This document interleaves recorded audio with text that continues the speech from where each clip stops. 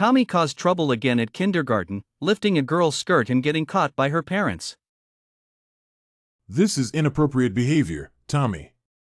If not corrected, it could lead to serious problems in the future. My wife, Linda, was furious. He's so young, what bad intentions could he have? Besides, he's my little brother. Who are you, an outsider, to educate him? Yes, I married into the family, so in this household, I am considered an outsider. I reminded myself to mind my own business. As long as my daughter Emma is healthy and safe, that's all that matters. Tommy caused trouble again at kindergarten, lifting a girl's skirt and getting caught by her parents. Tommy, this is inappropriate behavior. If not corrected, it could lead to serious problems in the future. He's so young, what bad intentions could he have? Besides, he's my little brother. Who are you, an outsider, to educate him? Yes, I married into the family, so in this household, I am considered an outsider. I reminded myself to mind my own business. As long as my daughter Emma is healthy and safe, that's all that matters. With the help of a colleague, I successfully found a new apartment, a 2-bedroom unit that was clean, bright, and fully furnished. The best part was that the landlord's daycare was right downstairs, which would save me a lot of time commuting to pick up and drop off Emma every day. I was very satisfied with the apartment.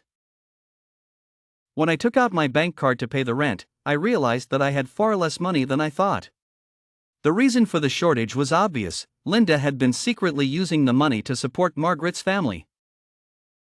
No wonder every time I asked Linda if we had enough savings for a down payment, she always hesitated and avoided the question. She never wanted me to buy a house. She wanted to keep me tied to this family, working hard for them.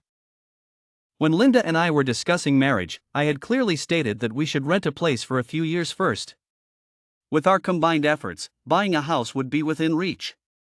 At that time, Linda was still the only child in her family, but rumors about the 2-child policy were everywhere. Linda's parents were eager to try for another child, but they didn't tell us their plans. Instead, they tried to stop us from renting a place outside. Since Linda is our only child, the house would feel lonely if you moved out. Living together would be lively, save money, and we could take care of each other. I couldn't resist their persistent persuasion and eventually moved into their home, becoming what my hometown folks called a live-in son-in-law. 6 months after Linda and I got married, my mother-in-law Margaret announced she was 3 months pregnant, nearly 2 months ahead of Linda. I was stunned. This is unbelievable! Linda initially couldn't accept it either. She tried to oppose it, but couldn't withstand Margaret's tearful pleas. We couldn't have a child before, but now that the policy has changed, we must have another child for the Robert family. Otherwise, we can't face the ancestors. To appease Linda, Margaret even offered to transfer a 2-story storefront to our names. Linda eventually accepted this bittersweet reality. From that moment on, I became the busiest person in the household. Cooking, doing laundry, cleaning, no matter how tired I was from work, I had to keep going at home. The first postpartum care I provided wasn't for Linda, but for my mother-in-law Margaret. Margaret gave birth 2 months before Linda. She didn't want to spend money on a postpartum nurse, saying there were 3 adults in the house, and we could take turns helping her. But in reality, Linda used her late pregnancy as an excuse to stay on the couch all day.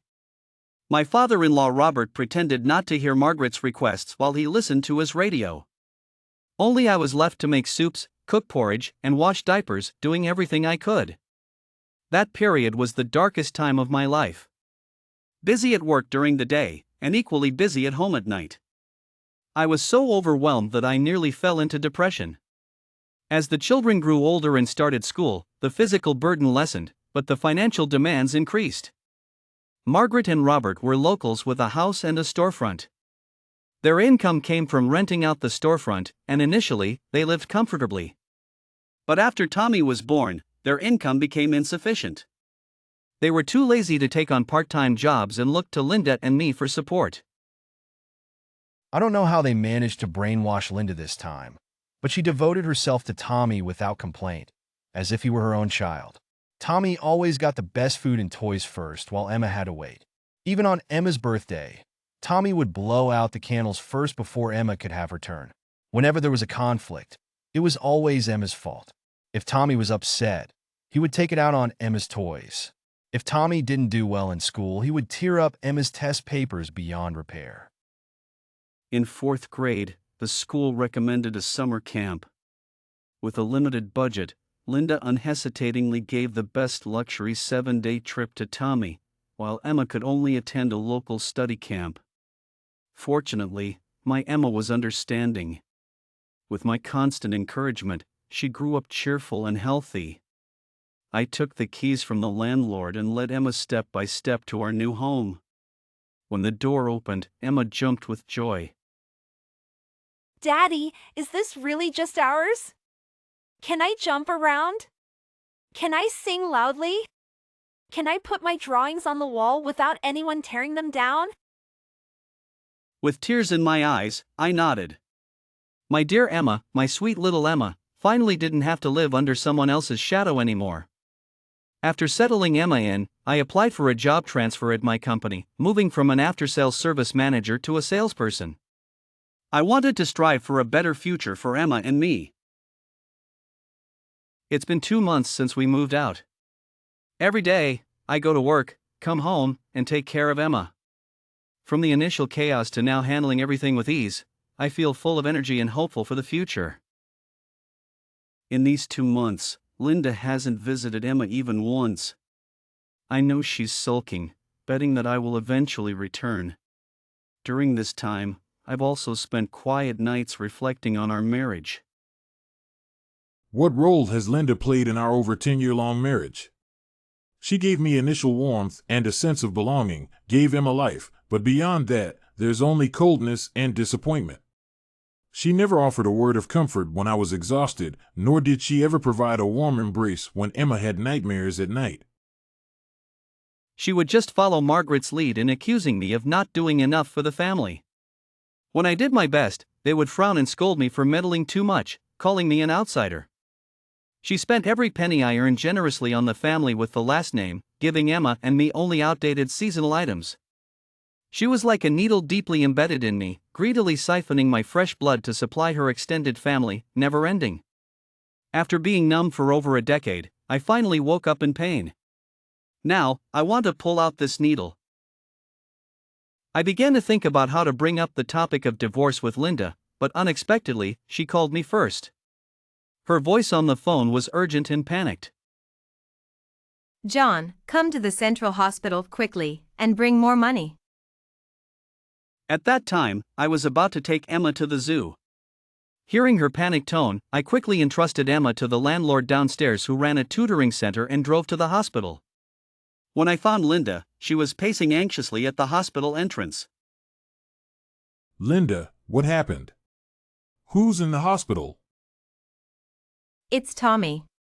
He pushed the 8-month pregnant woman downstairs, and she's in critical condition. My mind exploded. This is not just mischief, it's terrifying. Where's Tommy? Where are Mom and Dad? Why are you the only one here? Where are the patient's family members? Mom took Tommy to hide, afraid the patient's family would hurt him. Dad told me to call you to come and negotiate compensation. At a time like this, you're still thinking about hiding? Shouldn't that kid be on his knees begging for forgiveness? How many times does he have to make mistakes before you realize the seriousness of the situation? This isn't mischief, it's wrongdoing. It's a crime. Linda, overwhelmed, started crying on the spot, drawing the attention of onlookers. I ignored her and ran towards the operating room. The operating room was surrounded by many people.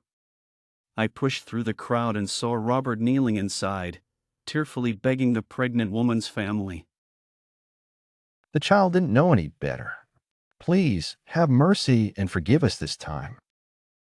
A man, presumably the pregnant woman's husband, kicked Robert in the chest. Old man, you better pray my wife and child are okay, or I won't let your family off. You treasure your late-born son, don't you? Well, I'm telling you, unless you can hide him forever, I'll get him sooner or later. He was about to kick again but was stopped by someone beside him, who said it wasn't worth it to hit him, as they might get accused of something they didn't do. I knew this wasn't the time to talk about compensation. To avoid provoking more hatred from the patient's family, I said nothing. I helped Robert up and sat on a nearby bench, waiting for news from the operating room. It was then that I pieced together the whole story from the conversations around me. After Emma and I moved out, Tommy turned the empty room into his activity space. Every day, when he wasn't at school, he would play ball, run, and jump around, often until 11 or 12 at night, causing significant noise disturbance to the neighbors downstairs. The neighbors had come up several times to discuss the noise, specifically mentioning that there was a pregnant woman in their home who needed rest. Initially, Robert's attitude was decent, always smiling and promising to be more considerate next time. But each time after the discussion, the noise would get worse, not only with the sounds of ball playing and jumping but also with deliberate dragging of chairs and banging on the floor. This led to a growing animosity between the two families, almost resulting in physical altercations several times, even involving the police. However, the police could only mediate the noise complaints and couldn't impose any substantial restrictions on Tommy, which only fueled his antagonistic feelings. He retaliated with even louder noise. On the day of the incident, it was a weekend, and the husband downstairs was not at home. The 8-month pregnant woman, woken up by the noise, angrily came upstairs. Robert was in the activity room with Tommy at the time. Hearing the knock, he muttered, It must be the downstairs neighbor again. So annoying. Even in our own home, we can't have peace. If they want quiet, they should live in a villa. Complaining, Robert went to deal with the neighbor, but Tommy rushed ahead, opening the door and starting an argument with the pregnant woman. Adults can't reason with children. Whether the woman said something offensive that angered Tommy or he had long harbored resentment towards her, he suddenly pushed her down the stairs. The pregnant woman fell down 12 or 13 steps and passed out on the spot. Robert, terrified, called 911 while telling Margaret to quickly hide Tommy, making sure he didn't show his face. I sighed, took out my phone, and called the landlord, explaining the situation and asking her to look after Emma as I might not be able to return tonight. The landlord agreed without hesitation, telling me to take care of my business and not to worry about Emma. A warm feeling rose in my heart, and I sincerely thanked her. Time ticked by slowly, and for everyone waiting outside the operating room, it was a torment. The expectant mother's mother tried several times to rush at Robert, but was held back by others. She collapsed into a chair, wiping her tears and cursing Robert. At your age, why are you trying to keep up with trends? If you have a child, you should raise it properly. Why bring a child into the world if you won't take care of it and let it become a burden to others? Robert, embarrassed by the scolding, still tried to defend himself awkwardly. The child is still young and doesn't understand. He'll get better as he grows up. The expectant mother's mother was about to continue her tirade when the light above the operating room suddenly went out. The door opened, and the relatives of the expectant mother rushed to the entrance. Both the mother and baby are safe. It's a boy, but since he was born early, his condition is a bit unstable, and he needs to be transferred to the pediatric care unit immediately. A family member needs to sign the paperwork. The waiting crowd erupted in joy, and the expectant mother's mother clasped her hands together, tears glistening in her eyes. I let out a long sigh of relief, feeling a weight lift off my chest. Next came the discussion about compensation. Due to the large amount demanded, neither side was willing to compromise. Eventually, lawyers were hired, and the court ruled that we were responsible for all medical expenses for both the mother and baby during their hospital stay, plus an additional compensation of 100,000 yuan. Linda and Robert came out of the courtroom cursing, only to find that Margaret had already brought Tommy back home. Robert's anger vanished as he hugged Tommy and looked him over. You've suffered these past few days. You've lost weight. Let your sister make you some pork rib soup to nourish you. I was about to suggest they use this incident to properly teach Tommy a lesson, but then I thought better of it. Given their deep affection for him, they wouldn't listen to my advice anyway. Besides, I would soon have nothing to do with them, so it was best not to leave any resentment behind. While Linda was busy in the kitchen, I solemnly asked her for a divorce. This family was too terrifying, and I didn't want to have any further ties with them. What did you say? Say it again. So I repeated. Linda, I want a divorce. This time, Linda finally understood. Her face fell, and she grabbed a spatula and swung it at my head. Divorce? You've been living off my family, and now you dare to ask for a divorce? Have you grown bold after being away for 2 days? I am determined to get this divorce. If you don't agree, we'll settle it in court. I pushed past her, walked past the family of 3 at the door, and left.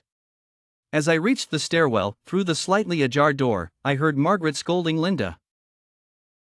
You can't get divorced. If you do, who will support this family? Go after him and stay with him. I snorted coldly and quickened my pace down the stairs. True to form, Linda, who hadn't visited in the 2 months since we moved out, showed up at my doorstep that very evening after her mother told her to. I blocked the door, not letting her in. She rarely took out a hairpin from her bag and called into the house. Emma, Mommy's here. Mommy bought you a pretty hairpin, come and see.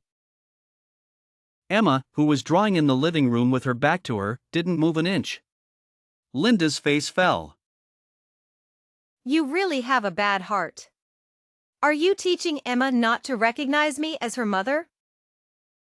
You know you're her mother? How many times have you held her since she was born? You weaned her off breast milk in just 2 months to take care of Tommy. You're really something. Have you ever cut her nails? Have you ever tied her hair? Do you know she had cavities that hurt so much she couldn't sleep at night? When she was hospitalized with pneumonia and needed injections, did you see the envy in her eyes when other kids cried for their moms to hold them? You don't deserve to be Emma's mother. Go back to the family that needs you. We don't need you here. I slammed the door before Linda could react. Standing still for a moment, I suddenly noticed Emma's shoulders shaking in front of the drawing board. I hurried over and gently called her name. Emma? Emma turned around, her face covered in tears. It turned out she understood everything. Emma's tears strengthened my resolve to get a divorce.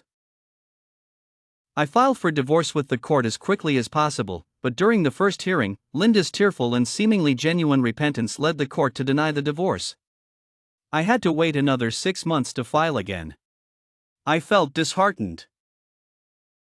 I met up with Michael for a drink. He was my boss at my first job in this city, and although he later started his own business, our friendship remained strong. After a few drinks, Michael noticed something was off with me. After persistent questioning, I confided in him. I have to get this divorce. Otherwise, I'll be cleaning up after that family forever, with no end in sight. Why won't she agree to the divorce? Is she still holding on to old feelings? No, she's just afraid that without me, there'll be no one to support her family. They're all leeches. Where else would they find another sucker like me? So it's about money. Your in-laws live in that neighborhood on Giyang Road, right? And the storefront under your and your wife's names is at the Hanong Road Market? I nodded. This is easy to handle. Just wait, I'll come up with a plan. Within a month, she'll be begging you for a divorce. I pressed him for details, but he kept silent, saying he wanted to surprise me. Tommy caused trouble again at kindergarten, lifting a girl's skirt and getting caught by her parents. Tommy, this is inappropriate behavior. If not corrected, it could lead to serious problems in the future. He's so young, what bad intentions could he have? Besides, he's my little brother. Who are you, an outsider, to educate him? Yes, I married into the family, so in this household, I am considered an outsider. I reminded myself to mind my own business. As long as my daughter Emma is healthy and safe, that's all that matters. 10 days after the incident of throwing objects from a height, Linda came to me. She looked exhausted, her voice hoarse. I sold my mom's house, but it's still not enough for the girl's medical expenses. I really have no other option but to ask you. Can you lend me 200,000 yuan? Don't worry, I'll pay you back as soon as the compensation from the demolition comes through. Demolition? She looked startled, realizing she had said something she shouldn't have, and gave me an awkward smile. I had no interest in digging deeper, it was no longer my concern. Linda, I'm sorry, it's not that I don't want to help you, but I really can't. Last time, when your brother pushed someone down the stairs, the hospital bills and compensation for both the adult and the child totaled nearly 300,000 yuan, all from my account. You should know better than anyone how much I have left in savings. Otherwise, you wouldn't have been so generous in not fighting for anything during the divorce. Linda's face turned pale and uncertain after my blunt refusal. She said nothing more and turned to leave. I watched her back inside, then called Michael. I arranged to meet Michael for a drink after work, as I hadn't properly thanked him for his great help. Michael arrived with someone else. He pointed to the man beside him, who was slightly shorter and bore a resemblance to him. Meet my cousin, David. You owe your divorce to him. Were you the one in the red BMW at the Civil Affairs office that day? Good eye, John. The three of us sat down, and David started to complain to me. John, I really admire you. You endured that family for over 10 years. I couldn't stand it for even 2 months. You have no idea. I was just being polite when I said to call me if you needed help. But every day, it was either fixing the plumbing or the lights. I practically became their handyman. Of course, they saw you as the new son-in-law, ready to replace me. They had to test you thoroughly, didn't they? Don't even mention it. This was all my brother's idea. If you hadn't divorced, I would have ended up with a bad back. Who told you to be idle? I looked around and only found you with nothing to do, so it fell on you. I can't thank you enough. You helped me escape a miserable situation, otherwise, I'd be left with nothing but bones. Michael was about to drink but put his glass down after hearing my words, sighing deeply. It's a pity about that young girl. I wonder if she'll ever wake up. That kid is truly a little devil. He drank his wine and suddenly changed the subject. Aren't you curious how we got Linda to agree to the divorce? Not really. I already figured it out. Yes, when Linda accidentally mentioned the demolition today, I had guessed most of it. She loves money, so they set a trap for her with money. Then they found a young man to occasionally show her some attention and whisper sweet nothings. Linda, feeling on top of the world, would hardly remember who I was. Michael orchestrated a traffic accident to introduce his cousin David to Linda. They exchanged contact information and kept in touch regularly. David, being enthusiastic, often picked Linda up from work and helped her with physical chores, filling the void left by my departure. Then David casually showed Linda a photoshopped demolition plan. The East River Road Market was prominently listed in the demolition plan. There had been rumors for years about the market being demolished, but there had never been any official confirmation. This time, David presented a seemingly official document and confidently claimed it was a secret from a friend in the government, something that couldn't be shared.